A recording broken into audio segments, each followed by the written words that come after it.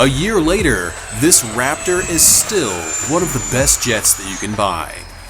Hey there, I'm John, this is Two Brothers RC, and this is the Freewing F-22 Raptor 80mm year in review. I did some mods, I changed a few things, and I flew the hell out of it. And I think you're missing out if you don't own one of these. So let's dive into it and see how it stacks up a year later. Let's start by giving you my actual opinion of the F-22 now that a year has passed, and now that we've had a chance to tier rank every F-22 against one another. Truly, it is the timber of EDF jets. This is actually the jet that I'd tell you to get if you're looking to buy a Raptor. The 90 flies really well, and it does outfly the 80 in only one area, which is waterfalls. But otherwise, the 80 is a better jet in every way that matters to the average pilot. It also dunks on the trash tier 64mm, and it generally outflies the 70mm too. It's stunning, it flies breathtakingly well, and it's a jet that you can fly. I did some mods to it over the year to add some weight to the tail and balance as far aft as is safe to fly, and we'll cover that at the end of the vid. Let's cover what I learned in the past year. Unlike basically every other F-22, the 80 is really good at both upright and inverted high alpha, not just inverted high alpha. This F-22 has some washout in the wingtips and sharper intakes that seem to generate more vortices that buffet the vertical stabilizers, keeping the jet from sliding sideways and crashing in high alpha. That's something that you can't do with a 90 or 70, at least not without making the ailerons and flaps pop up with elevator input, and the 70 doesn't even have flaps that can pop up anyhow, so it can't even compete there. So basically, the 80 does high alpha better than every other Freewing Raptor.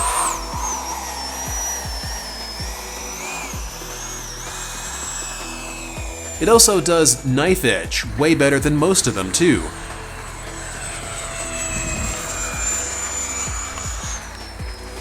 The 70 does it okay, and the 90 is finicky, but the 80 is really good at it, like insanely good.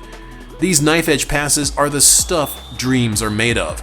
I generally can't get other planes to knife edge this well. This one just does it so damned good. It's really impressive. You know what else is impressive? Putting in the time to set up Crow, or Butterfly as it's known in Europe, to make the F-22 not only fly true to scale, but also fly through turbulence without a care. I demoed how to do this in the review vid, so check that out in the card at the top right if you want the setup info, and hop on Discord via discord.gg/2brosrc for the Spectrum radio file itself. But basically, Crow forces the jet to fly with more thrust and improves the washout on the wingtips, allowing it to penetrate zones of turbulence without getting knocked around as easily. And it also makes landings way more predictable, since the jet's lifting body makes it more prone to floating without Crow. In fact, you can actually be one of the few people flying in winds like this at your club, and you can do it confidently on the setup I demoed. Because the jet doesn't care about wind, and it will fly right through it, though it does still have a narrow wheel track, so it can tip over in a strong crosswind if you're not careful. Make sure to tie your hat to your head so it doesn't fly off in strong winds too. Also, physics still applies, so even if you land with Crow enabled, you can still get affected by wind shear.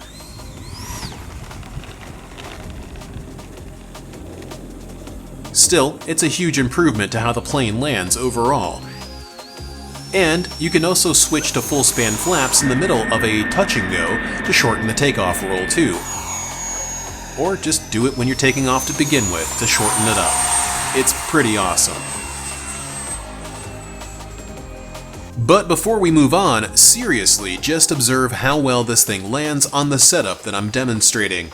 The jet is balanced 30mm behind the marks, which makes it very responsive to the AS3X Plus gyro, but you still have to know how to fly.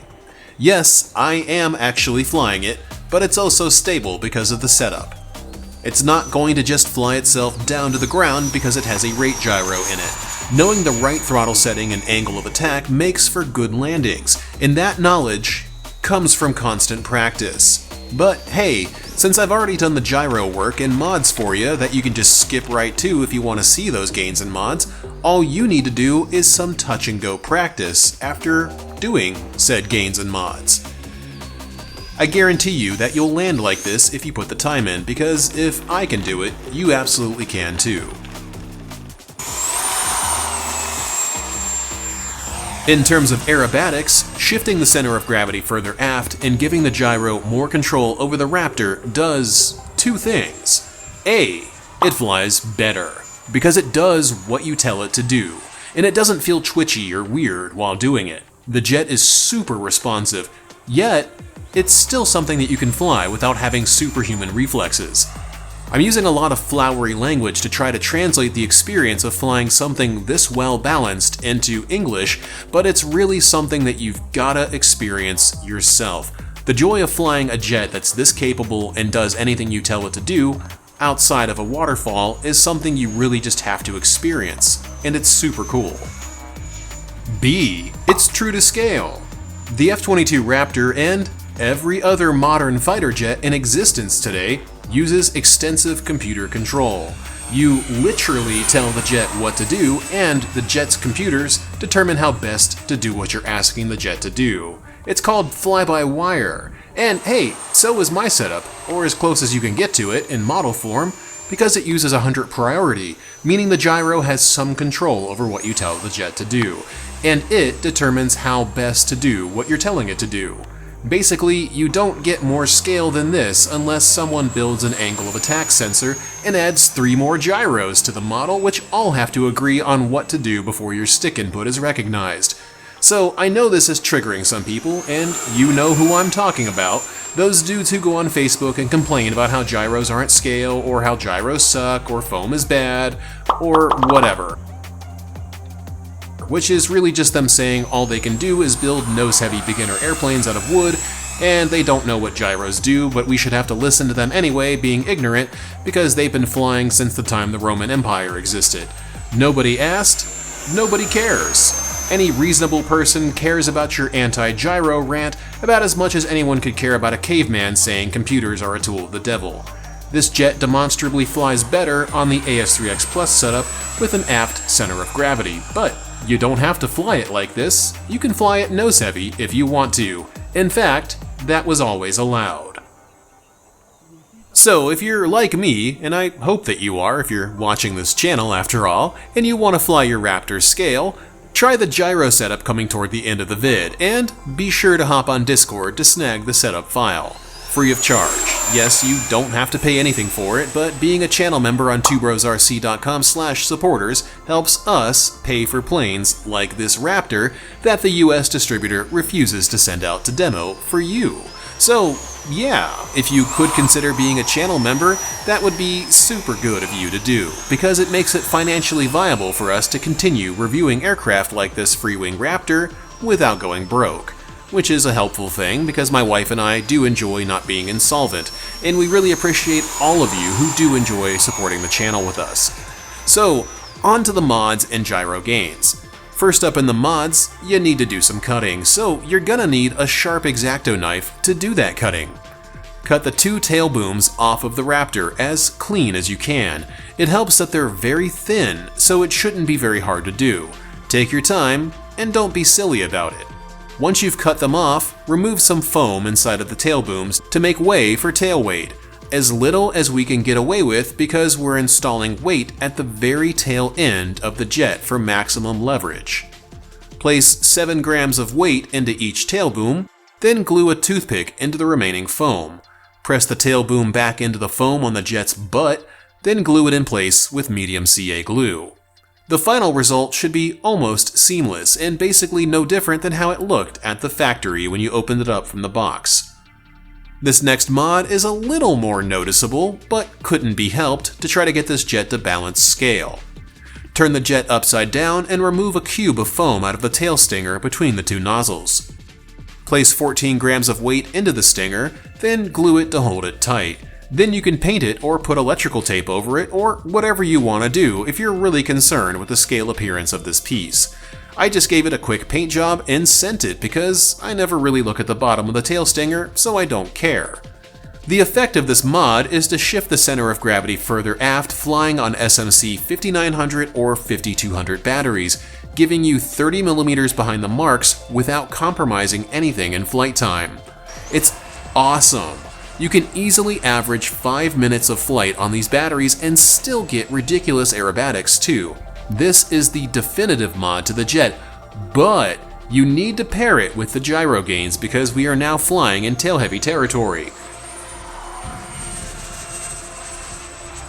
I did have to tweak them a little to account for the center of gravity shift, so here they are on screen currently. If you really want this jet to wake up, go into the gyro filter, which you can find linked in the Spectrum wiki below, and set the filter from 2 to 1. Then set the frame rates of the servos in other settings to 5.5 milliseconds so they compensate faster than you can even react. The stock Freewing servos can handle 5.5 milliseconds, and so can the high-tech D85 MG Stabilator servos that I upgraded to. If you've got an unbalanced EDF in the jet, maybe don't reduce the gyro filter because it may cause issues with the vibrations that it senses.